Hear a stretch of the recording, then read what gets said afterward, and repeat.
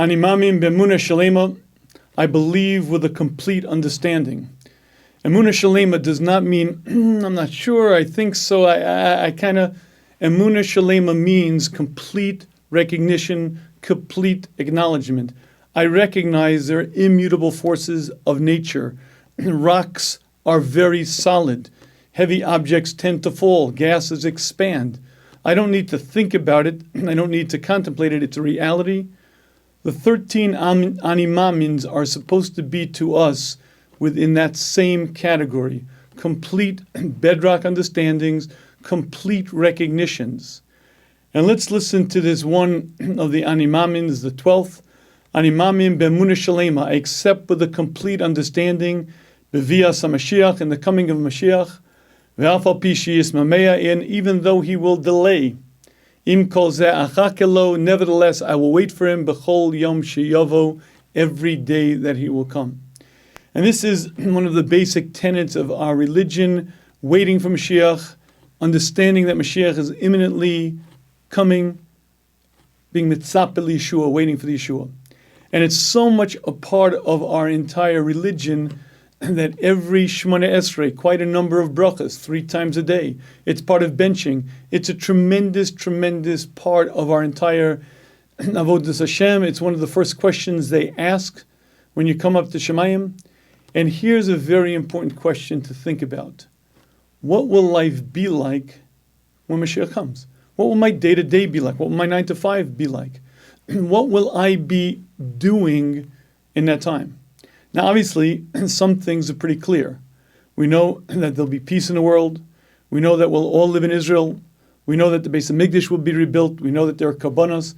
But what will I actually be doing? What will I be feeling? What would my experiences be? Will I be the same person? Will I be what will I be actually experiencing then?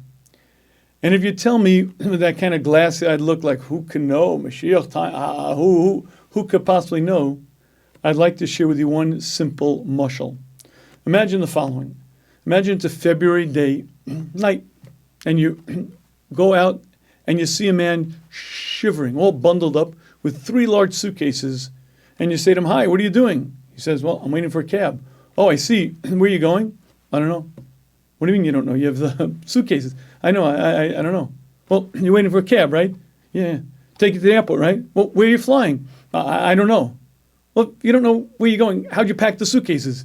If you're going to the tropics, you need shorts. If you're going to the Siberia, you need heavy winter clothing. How did you pack if you don't know where you're going? Now, obviously, that conversation never happened because for a man to pack his suitcases, he has to know very well where he's headed. And if we say the words, "I'm waiting for Mashiach, Mashiach is coming, imminently it's going to be here," it's very difficult for me to believe myself if I don't think about what it's going to be like, what I'm going to be doing then, what am I going to feel like, what am I going to experience. And I'd like to take a few minutes to analyze that exact concept. What's it going to be like? And let's begin with a Gemara in Sukkah that's very eye-opening. The Gemara says, "V'softa ha'aretz mishpachos mishpachos." The entire world will be gathered. The entire world gathered by family, everyone there for a horrible, horrible eulogy. Rashi says the kind of eulogy that a man says over his only son, bitter tears, crying, the entire world gathered for this horrible, horrible event. What is the eulogy for? Al Yetzer Hara shenerag, for the Yetzer Hara, for the Satan, for the evil inclination that is killed. Where it says, evil inclination, why are you crying? Hayasped, you're making a hesped? You should be dancing a jig. It's finally over. The Satan, the Yetzer Hara is gone. Be joyful. And the Gemara answers, this is exactly what we learned. Lasi Lovo, in the days to come, in the time of Mashiach, Maybe HaKadosh Baruch Hu li Yetzer Hara v'shochto. Hashem will bring the Yetzer Hara and Hashem will kill it. B'fnei tzadikim, b'fnei rashaim, in front of the tzadikim, in front of the righteous, b'fnei rashaim, and in front of the wicked. Every human being will be there. Everyone gathered. Tzadikim niddim melahem kehar gavoa. To the tzadikim, the Yetzer Hara looked like a powerful, mighty mountain. To the rashaim, to the wicked ones, niddim melahem kechut asara, the Yetzer Hara looked like a thin, thin little thread. Halalu bochim v'alalu bochim. Both groups, the tzaddikim see this powerful mountain and they cry. The Rishonim see this thin little thread and they cry, crying. The tzaddikim cry and say, Heich yuchlu nichtvosh har gavoa kazeh. How is it possible that we conquered this giant? Look at the size of that mountain. Look at the enormity of it. How is it possible that we won? And the tzaddikim cry.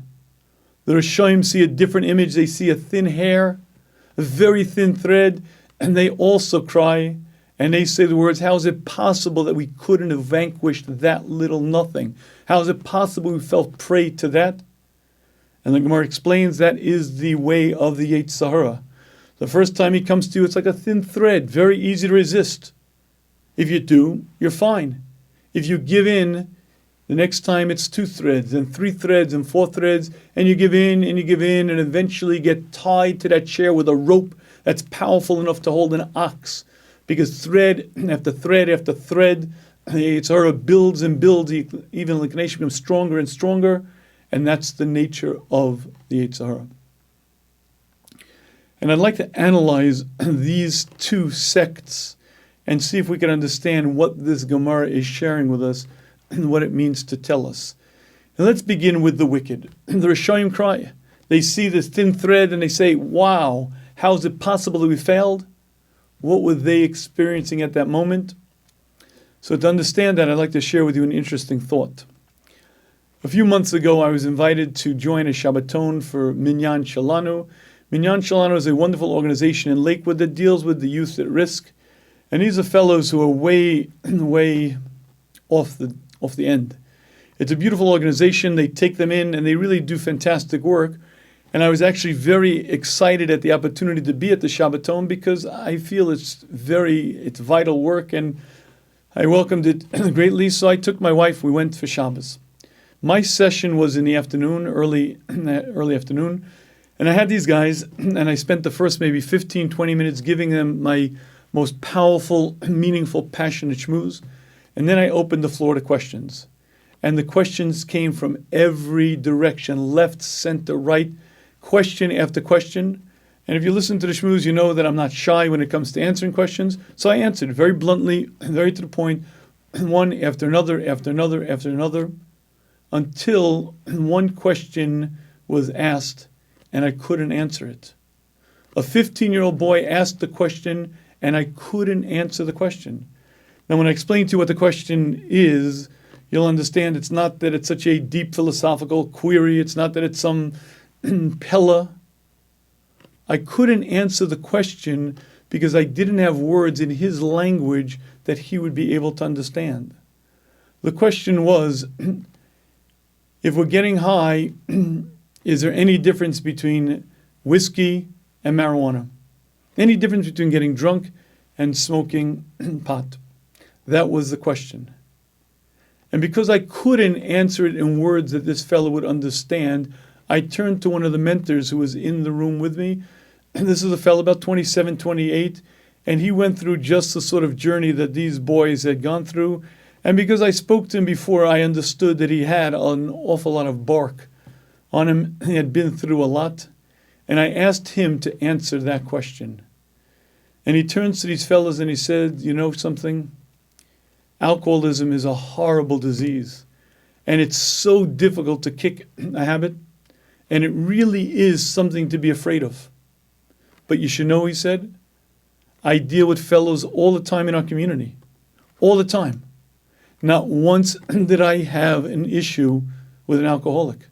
You see, to get addicted to alcohol takes a long time. 2 years, 3 years of heavy drinking, you guys won't be doing that. But I can tell you that, in our community, on a regular basis, I've attended funerals. I've pulled people out of the worst situations, and every one of them were drug-related. Because while it takes a long time to get addicted to alcohol, it doesn't take long at all to get addicted to drugs. And then he shared with us a few war stories. He explained that one fellow became so addicted that he desperately craved drugs, but he could no longer get high. So he tried more and more, but he couldn't get high.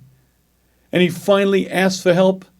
And this mentor picked him up from his basement. The fellow, the 15-year-old boy, was stark naked on the basement floor, unconscious in a puddle of his own vomit. And then he told us about funerals that he attended of fellows who didn't make it. And then he explained his own history of drug abuse and the agony, the torture of what it was like. But there was one story that I think summed it up. He described a 15-year-old boy who came to him for help. And he said, I've hit bottom. It's horrific. It's hard. I got to get out. You got to help me. And the mentor said to him, I can't help you right now. You're high. We got to get you into detox. We got to get you into a rehab center. But the first rule is they won't take you if you're high. And the fellow says, I got to get out. I'm climbing out of my skin. I have to get off this stuff. It's killing me. The mentor said, here's the story. I'm going to pick you up in the morning.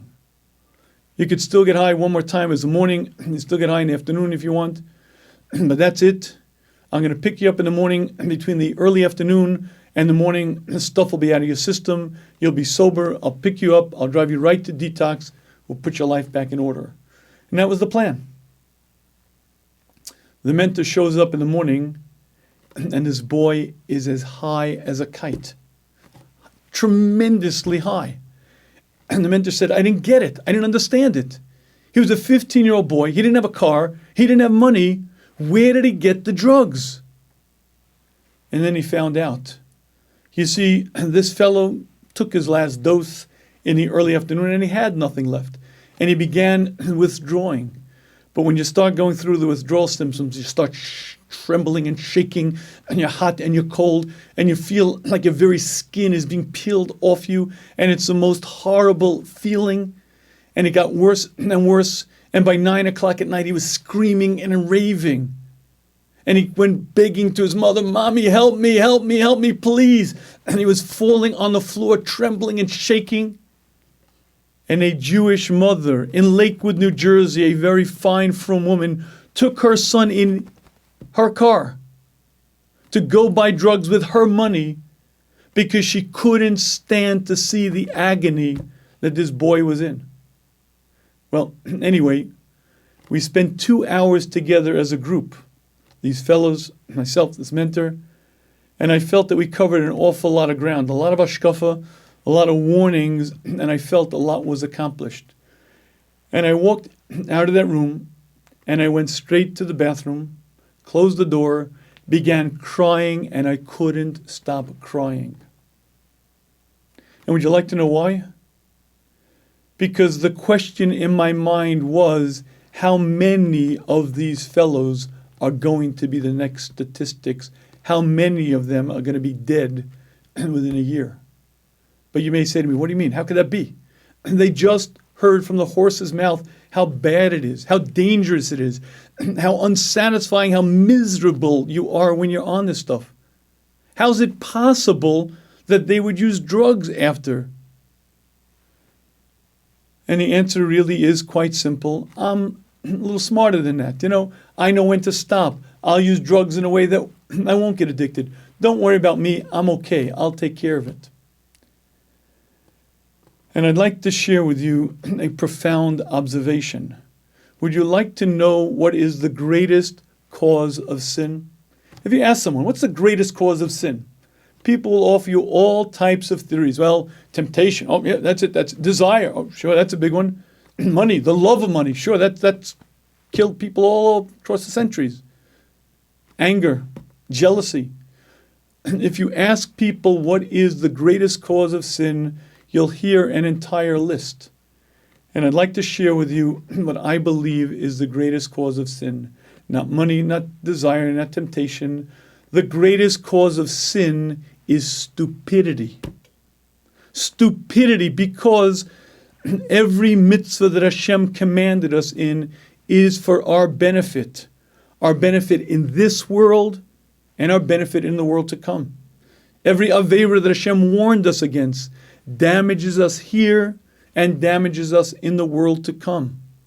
If a person leads a Torah lifestyle and is really into it, he enjoys life to the greatest maximum extent.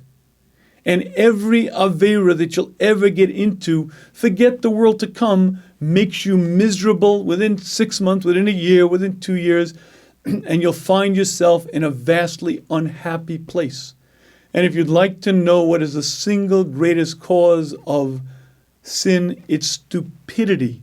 Not recognizing how foolish this is, not realizing how dumb I am, not realizing while this may seem like a little nothing now, it's something that I'm going to regret dramatically in a little while from now. And this is not a shmooze about avoiding drugs. This is a reality of life. How many times do people end up down that path, level after level after level? They find themselves somewhere deep, deep into it, and they don't know how they got there exactly, but they're in it deep. And at that stage, they're in it so deep that they don't know how they're going to get themselves out. And if they fight bitter battles, maybe they have a shot at it. But if you study the human condition, you'll find this over and over and over. I cannot tell you how many couples I deal with, and the screaming and the yelling and the ranting and the raving, and it's always her fault, his fault, her fault, his fault, never mind. Always the other one. And every divorce has that point of, listen, you expect me to live with an abusive man? You expect me to live with a woman who's such and such? And ironically, I've dealt with many couples. And it is true. There are guys that are abusive. There are guys that are controlling. But isn't it strange that every divorce, the woman will always use that line, he was abusive and controlling. And again, while it's sometimes true, I'd like to share with you, I've been involved in many cases where it's not true at all. I've been involved in many cases where he was a lovely guy, but she flew on a broom at night. And she was the problem. But guess what? When you dish it out and you dish it out, you dish it out, you get it back. But she doesn't see it. She doesn't recognize it. There was a letter that a Beis Medrash fellow wrote to the judge. You have to hear these words. His mother was claiming that she was an abused woman. Husband yelled at her, screamed at her, was controlling and abusive. And this fellow wrote a letter to the judge. And it said effectively as follows. It is true that my father raised his voice. It is true that my father yelled. But I don't ever remember my father yelling, not once, when it wasn't preceded by my mother yelling first. It's true he yelled back. It's true he yelled when she started. But I never heard him yell first. And it's a very interesting thing. If you have a temper, and you get angry and angry and angry, and it builds, you will find yourself in a very unhappy place. You'll find yourself in a situation where your wife doesn't want to be with you anymore. Your boss lets you go. Your children can't stand you. And you're in a place of extraordinary difficulty.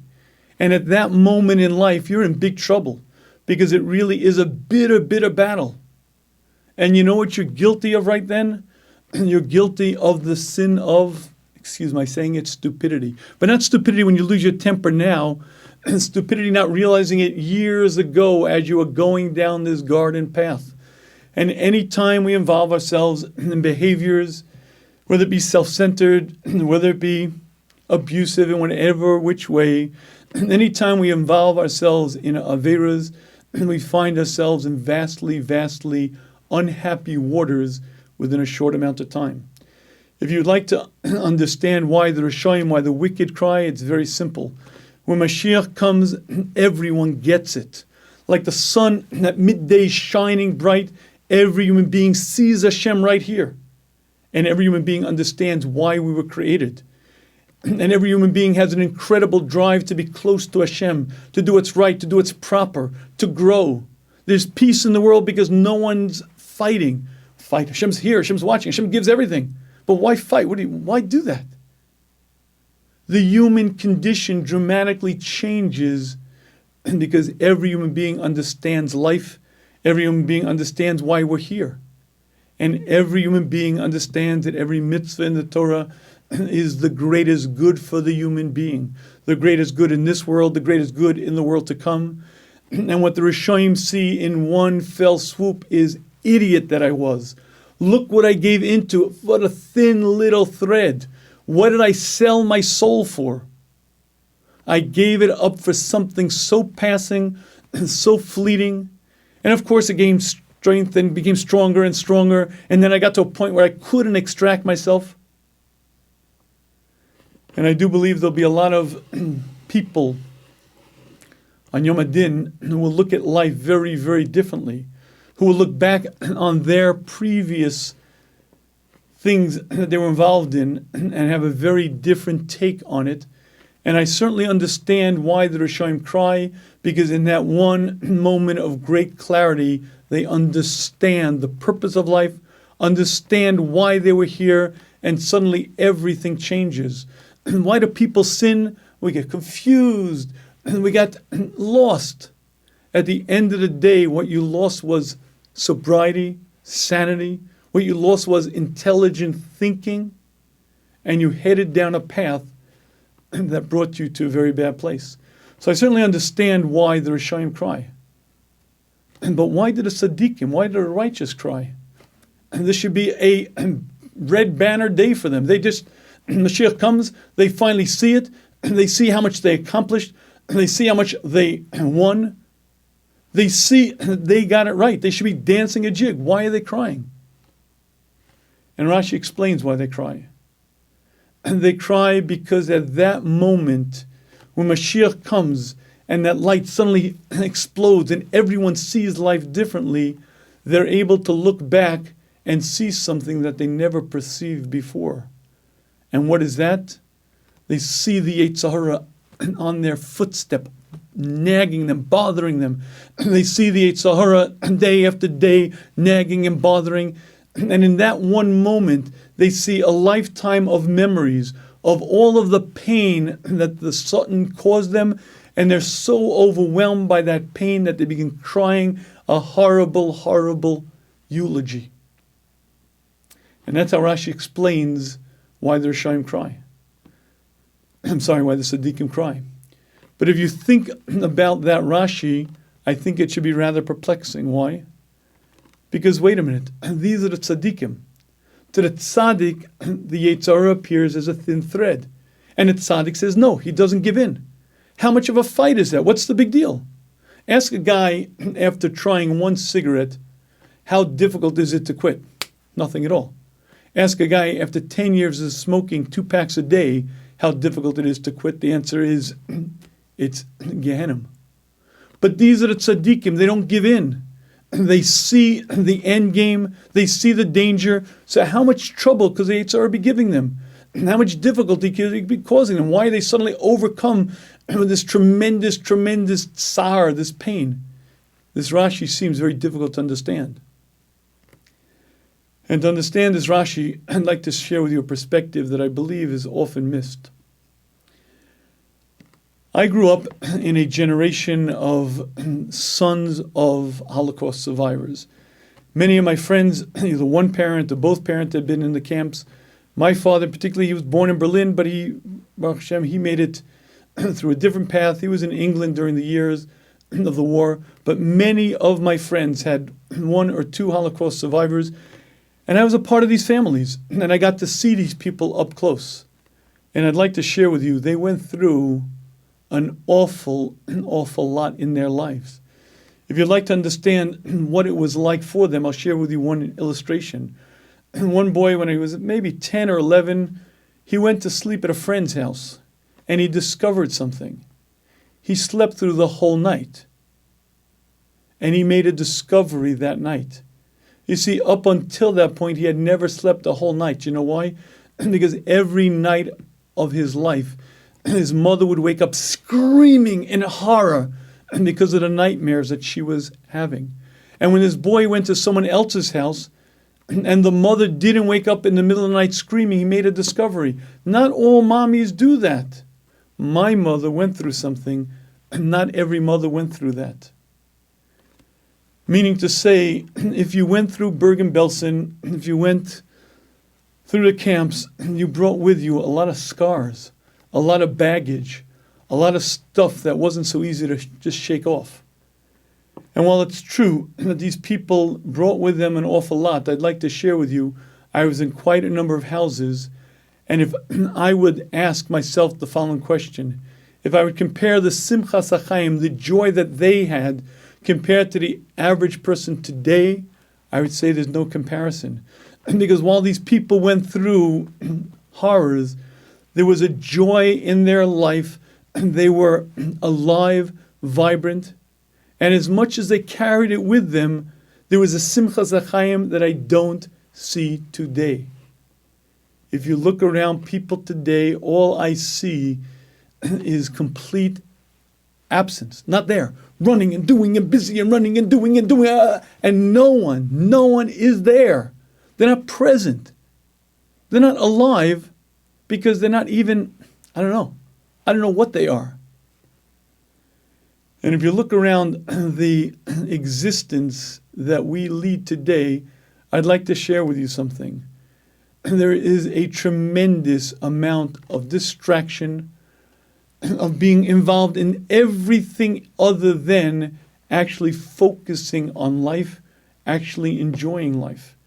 And it's difficult for me to illustrate this because it's such a strange phenomena. You have to almost go to a different generation and see what normalcy is so that you can come back and say, wait a minute, something is wrong around here. Let me share with you one simple example. There has never been a generation as wealthy as ours.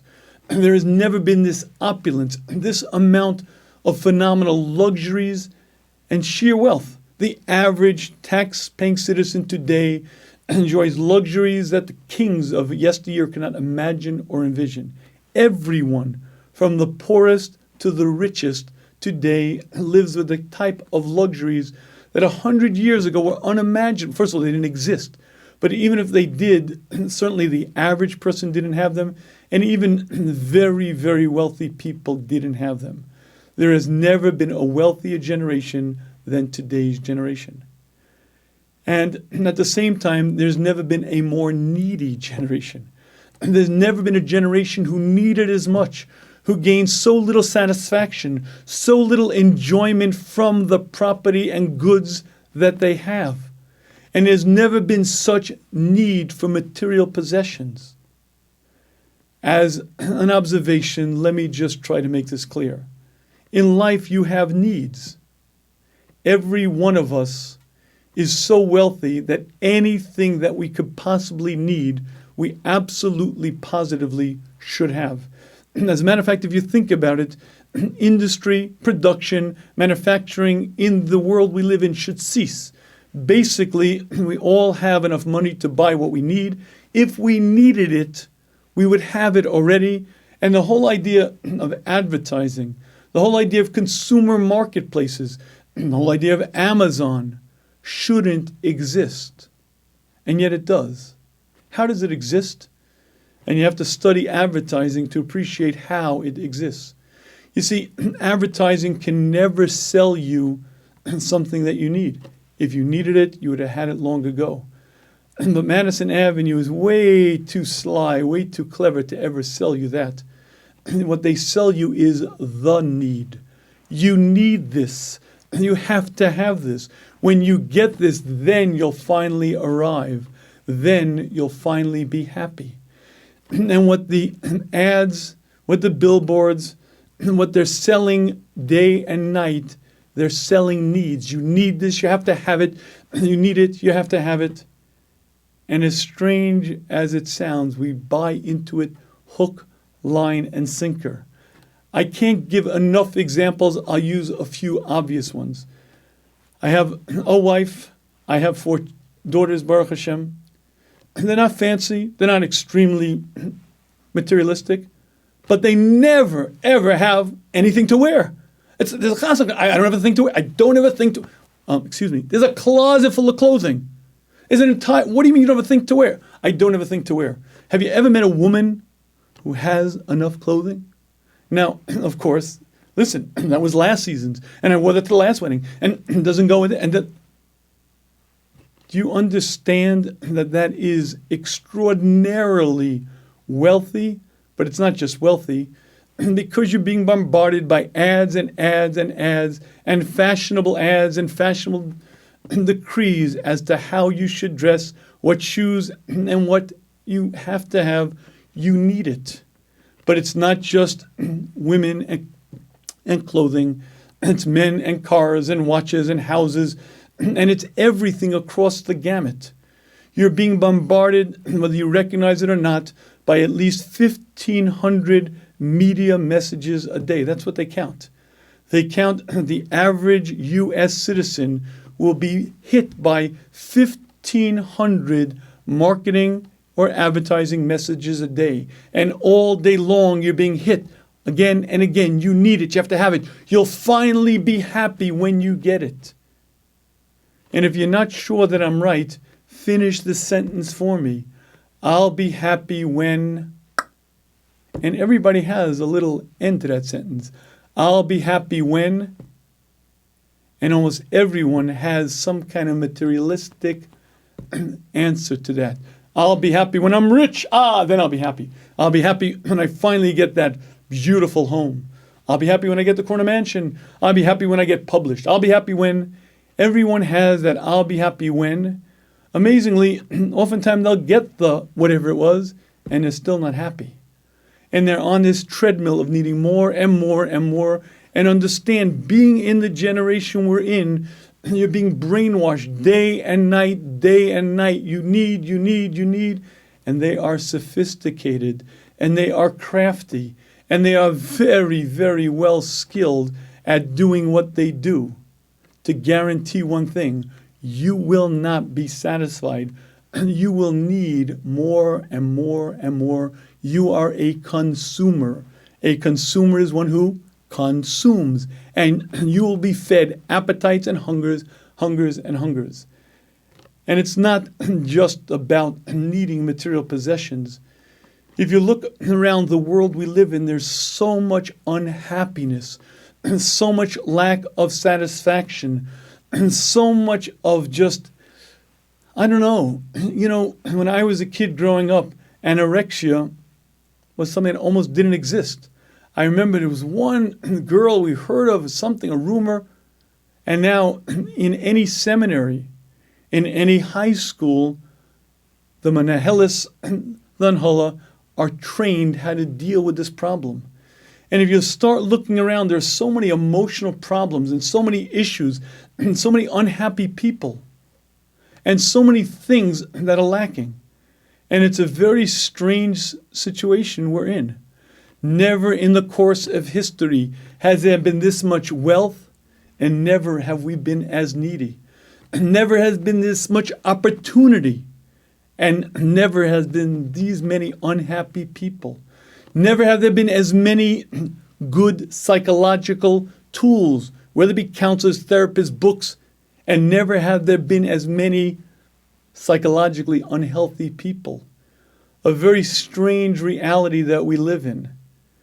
And if you'd like to understand it on a fundamental level, you have to recognize what happens when Mashiach comes. When that shofar blast spreads across the world, and in a flash of light, every human being recognizes the truth.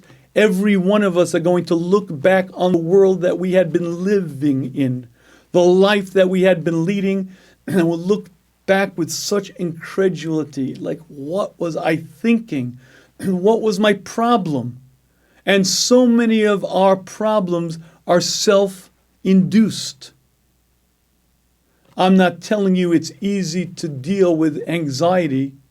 I'm not telling you OCD is easy to cure. I'm not telling you that when you will live in a world of opulence and plenty, it's easy to have less than your neighbor. But I am telling you that when Mashiach comes and every human being gets it, gone are all those problems. Anxiety. Hashem is right here. Nervous. What do you mean nervous? Hashem is right here. But more than that, there's balance. The world itself has a cadence, has a normalcy to it. So many of the emotional problems, the distress, stem from the fact that things are so chaotic and so out of control. Do you know that one of the signs of Mashiach being ready to come is when chutzpah is so outrageous that children don't respect their parents, they mouth off to their mother, mouth off to their father? Have you ever seen a generation like this? If you're born into this generation, maybe you don't recognize it. But I was born not 100 years ago, and I was a mechutzif, I was a wild kid. In my wildest dreams, I never would have opened a mouth as kids do. First, I would have gotten smacked by anybody. If I would have a 10-year-old and opened a mouth to one of my friends' parents, smack. That's not the world kids live in today. You don't touch them. First of all, you get arrested. Secondly, you probably damage them because they're so fragile. But when you live in a world without rules, without respect, without authority, without normalcy, people get very, very unbalanced. When you live in a world where divorce is as common as the cold, where the idea of a child being brought up in a wholesome family is almost non-existent, certainly in the world at large. When that's the world you live in, well, guess what? The very fabric, the very foundation of your upbringing is unsettled. And is it any wonder when there's so much turmoil in terms of what you can be, who you can be, what you should do, where you should fit in, when there's so much confusion and so much change? Is it any wonder that there's so many people who are unbalanced, unhealthy? When Mashiach comes, everything returns to a state of order. Not because Hashem miraculously changes anything, but because Hashem reveals himself and every human being sees Hashem right here. As I recognize the gravity, as I know that an object is solid, and I sense Hashem's presence, I'm aware of it fully and completely, and that single cognition changes humanity. Because every human being recognizes why they're here. Every human being recognizes what they should do. See, we all have an neshama. The only reason we're pulled otherwise is because there's another part. There's a nefesh bahami, an animal soul, there's a yetzer hara, there's a satan. But if that part's gone, if that part's not effective, my neshama sees and understands, and every human being will see with absolute clarity what's good for them, and they'll do it. And they'll avoid what's bad for them, and guess what? That's exactly the Torah. And if you'd like to know why it is that the tzaddikim cry on that moment, it's because even they perceive something that they didn't perceive their whole life. And how much the Satan was bothering them and nagging them, and the amount of effort and energy he put into getting them to fail. You see, it's not just 1,500 messages a day for materialism. When I was a bacher in yeshiva, one of my friends liked to stay up on the news, but in those days, U.S. News and World Report wasn't 100% kosher. The Yeshiva's Rebbitzin used to get the magazine to her house. She would clip out any picture that wasn't appropriate. My friend would pick it up and he would read the kosher U.S. News and World Report. You can't do that today to any newspaper. You can't do that to any periodical. It'll be ribbons. It won't be anything. And even the articles. It's a world that's so far gone.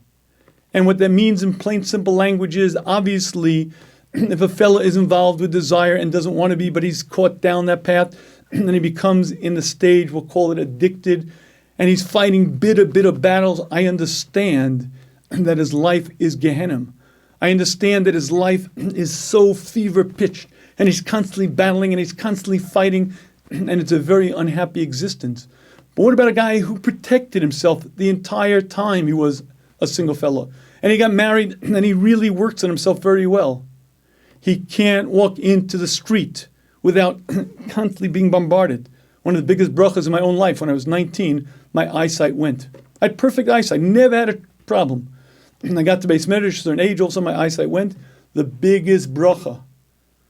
I would walk into the street, my glasses were off, but I could, not a problem whatsoever. But you understand what I'm saying? It's abnormal.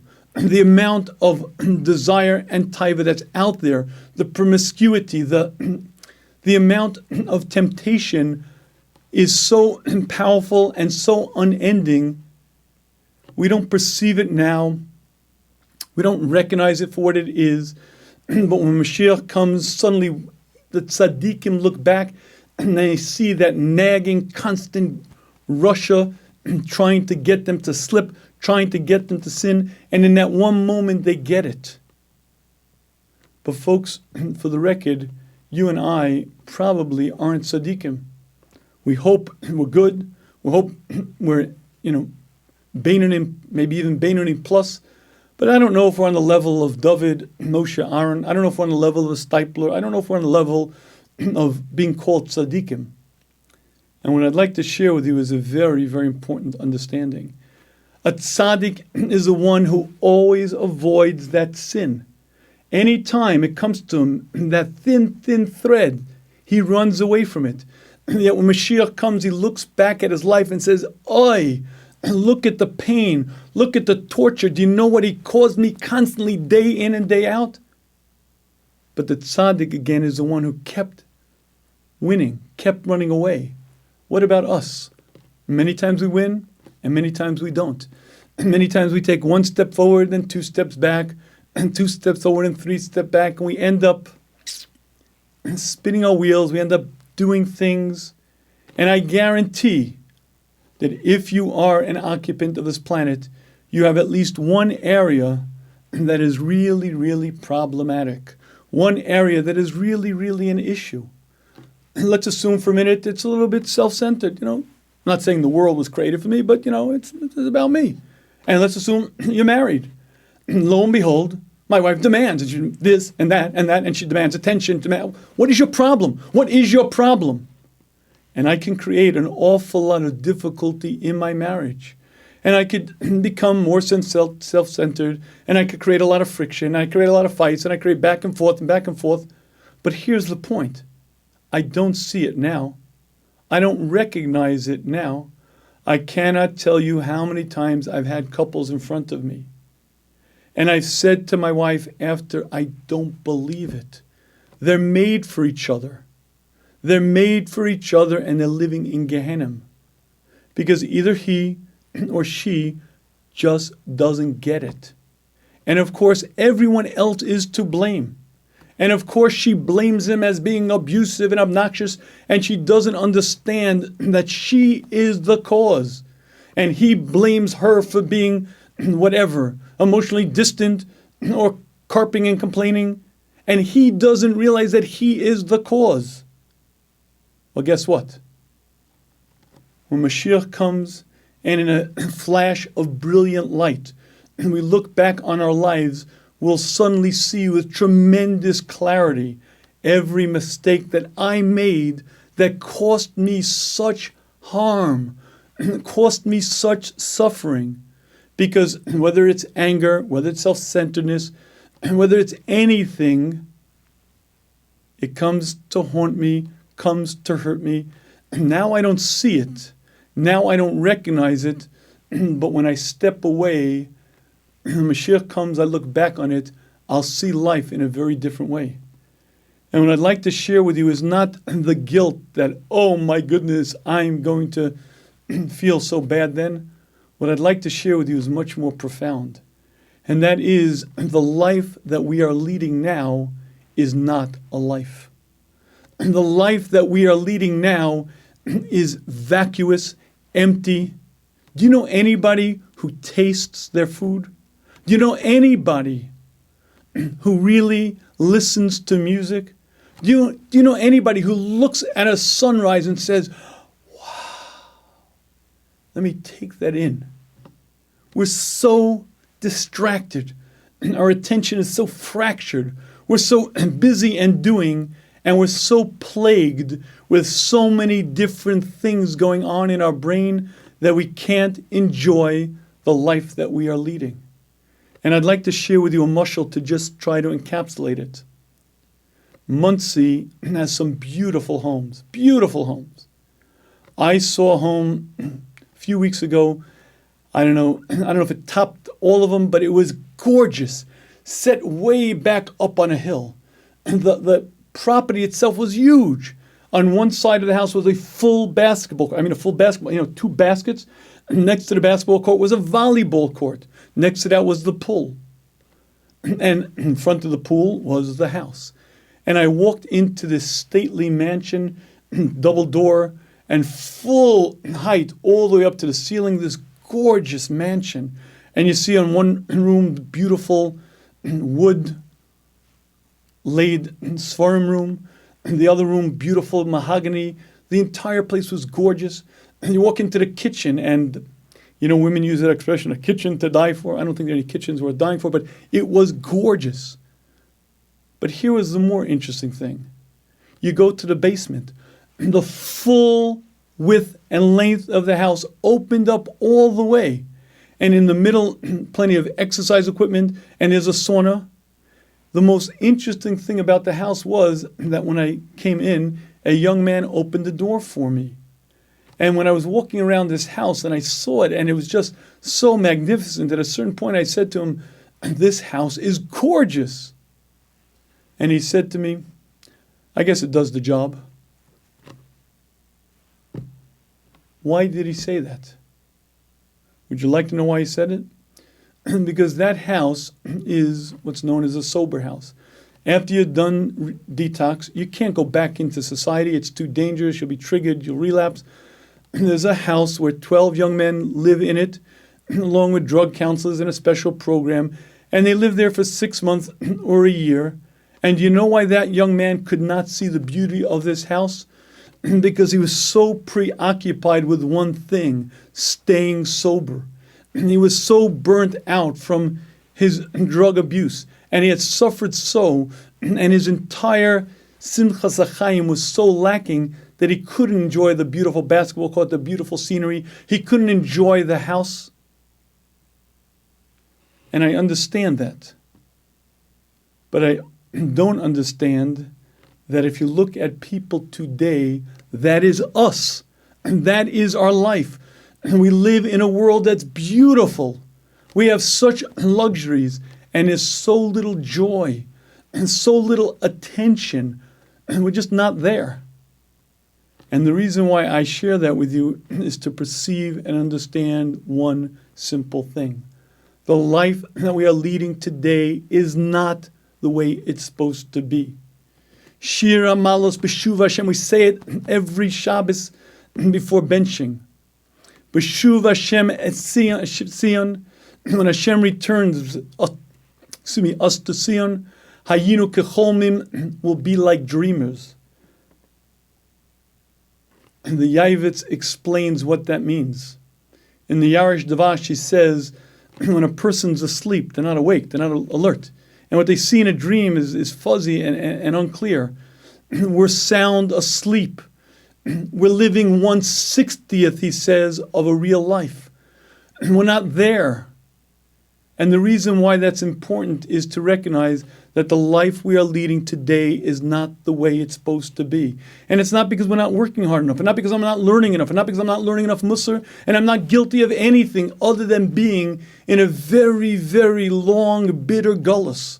And you have to understand that all of the suffering, all of the OCD and the anxieties and the depressions and everything, and all of the cutting and all of the divorce and everything that goes on in our society at large and everything that happens within our own mind is not the way it's supposed to be. Hashem created a beautiful world. Hashem made colors and fragrances. Hashem made a flower with the most delicious aromas. Hashem made food with the most delicate flavors. Hashem made an apple and a pear and an orange. And Hashem made beautiful scenes because Hashem is a meitiv. Hashem is a giver. And Hashem wants us to be happy in this world. But we can't. We can work on it. And the more person is involved in Torah, the more person adopts the Torah lifestyle, the more he's happier he'll be.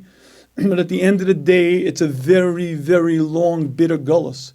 And the single message I would like to transmit is that we've been in this gullus so long, we've been in exile for so long, we don't even know what it's like to be alive anymore. We have nothing to compare it to.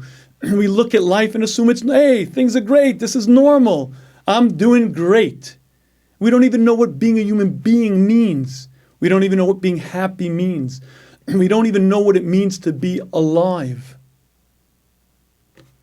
And you don't have to look very far because there are so many people who just exist, who are suffering with thoughts suffering with self-esteem issues, suffering with jealousies and angers and so many things. And again, should you work on it 100%? The more you work and the more you grow, the happier you'll be. And the happiest people are the people who grow in a Torah-directed way. There's no question about it. But at the end of the day, you also have to recognize that it's beyond our ability to change. Because there's so much out there, and so much working against us, and so much fighting against us that we have no hope. I mean, we're going to fail? No. We could succeed, we can grow, fight challenges, grow, and really become somebody. But to live a truly happy life as Hashem intended it, we can't do. And if you'd like to know why we yearn for Mashiach, and why we beg Hashem for Mashiach, it's because of all of the pain, because of all of the suffering, because of all of the lack of direction, because of all of the things that people out there are going through, and it's because of the lack in my own life. You know what happens when Mashiach comes? Every human being has a desire to grow, to accomplish. You know what it's like to wake up in the morning? Let's go. Hashem is present. I could change myself. There's a love of life. There's an exuberance. Life is beautiful. And when you fundamentally understand life, when you're growing, when you're accomplishing, there's a sense of balance, a sense of harmony. You could look at a sunrise and go, wow, that's beautiful. You can enjoy the food you eat because you're alive. But you can't do it now. Should you try? Yes. Should you work on it 100%? But at the end of the day, this has been a very, very long, very, very bitter gullus. And it's imperative that we remember that this is not normal. It's not the way it's supposed to be. I think this Gemara shares with us a tremendous understanding. When Mashiach comes, and that shofar blast cries out, every human being will be gathered for that hesped, and that horrible eulogy, tears and tears, bitter, bitter tears. And the Rishonim see this little thread. The Tzaddikim see this powerful mountain. Each cries. The Rasha cries because at that moment he gets it. How much torture I caused myself. My bad habits, my things, my issues that I didn't work on, I didn't grow, I didn't accomplish, became such a huge burden. They destroyed my life. And what I gained from it, I didn't gain the world to come. I certainly lost this world. And the Rishonim cry because they see what they got themselves into. Much like that drug addict, if he could see the end, he'd run from it. But then it's too late. The Rishonim see how they wrecked their lives. But the Tzaddikim also cry. Because even the Tzaddik at that moment recognizes something that he never perceived when he was in the regular living.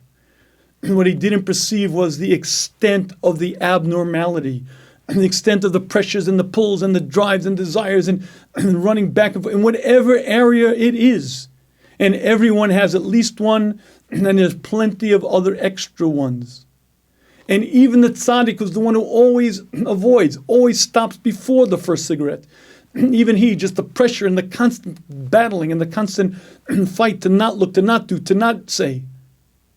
At that moment when Mashiach comes, he looks back on a history, a lifetime of that, and the pain is so unimaginable, he begins crying and crying and crying. And this concept is something we need to understand.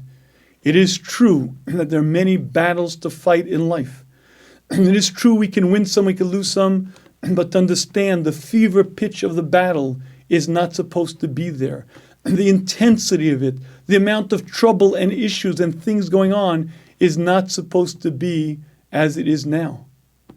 And the result is we don't have life. We don't have simchas achayim, lacking. Can we grow in it? Absolutely. We should and we could. But at the end of the day, until Mashiach comes, it's not there. And if you want to know why we desperately yearn for Mashiach, certainly the Beis Hamikdash, Hashem's proximity, and certainly the Avodah, but to be alive, to be an Eved Hashem, to recognize the value of my accomplishments, and to recognize why I'm here, not to be constantly pulled and distorted with so many confusing issues and thoughts, to be at peace with myself, serving my Creator as I was made to serve Him. And this is something that bears understanding, that bears focusing on. Tisha B'Av is a mighty sad day. It's a day that we sit on the floor and we cry. Because at least once a year, maybe 3 weeks, maybe 9 days, but at least one day of the year, we have to wake up and get it. The life we are leading is not normal. Society we're living in is not normal. Forget the promiscuity. Forget orientations. Forget whether he's a he or she's a she's or whatever the craziness that's going on within our own community, the amount of confusion, the amount of unhappiness. That's not the way it's supposed to be. And once a year, it's important to stop and recognize we need Mashiach. We need an end to this bitter gullus so that we can think as Jews are supposed to think. We could have values as Jews are supposed to have values. We could have perceptions as a human being is supposed to. And I want to close with one last thought. The Marsha on this Gemara argues with Rashi. Rashi says the tzaddikim cry because they see the mountain. Why do they cry? Rashi says because in that moment they remember all the pain. They see the Yetzirah, they see every memory come flooding back, and they see the pain he caused them. The Marsha says it cannot be. It can't be that would cause them such crying, because at the end of the day they won. At the end of the day they were victorious. And the Marsha says that's not pshat. He says, do you know why the tzaddikim cry? Do you know why they say a eulogy? They say a eulogy over their best friend who died. The Yetzirah is dead. And at that moment, they fully get it. They recognize how valuable a friend the Satan was. You see, Hashem created the Satan for one particular purpose, to challenge you, to push you a little bit further. But like a skilled personal trainer, he knows exactly what you're capable of and knows exactly what area to push.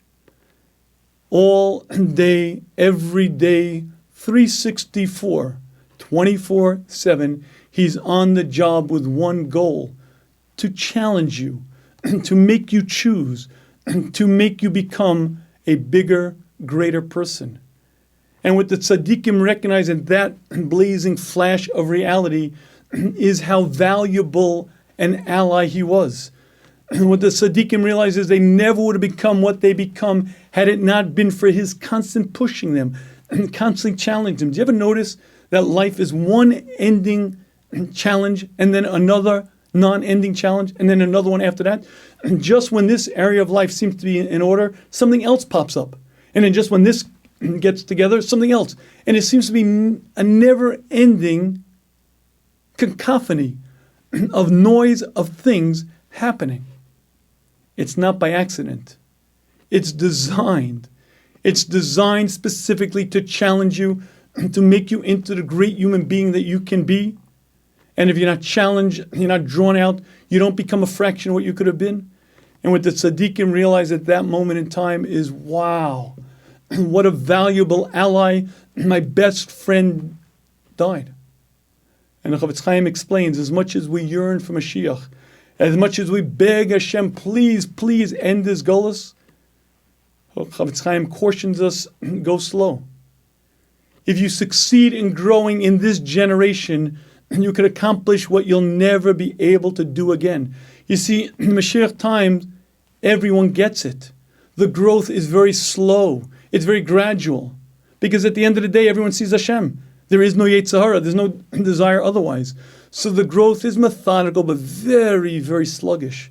In the world that we live in today, the challenges are so mighty. A person can catapult himself with another challenge and another challenge. He can grow and grow. He become a towering giant within a short amount of time. And if you would like words of chizuk, look at successful people in our generation. Our generation produces gedolim, great, great people. And I don't just mean gedolim who are 70 years of age. I've seen young people, 20-year-olds, who are phenomenal, from solid, good, caring, giving people. I've seen plenty on the opposite side of the spectrum. But when you understand that the challenges of today are immensely difficult, incredibly hard, you also understand that if you win, and winning doesn't mean everyone, and winning doesn't mean victoriously slaying the dragon. Winning means you fight the fight, you battle the battle, and you grow slowly, level after level. You could become a giant in our times. Once Mashiach comes, it won't happen. This perspective that we deeply yearn for Mashiach because these times aren't normal, balanced with the understanding of what golden opportunity today is, because in these difficult times, if I grow, if I accomplish what I can do, this is the balance.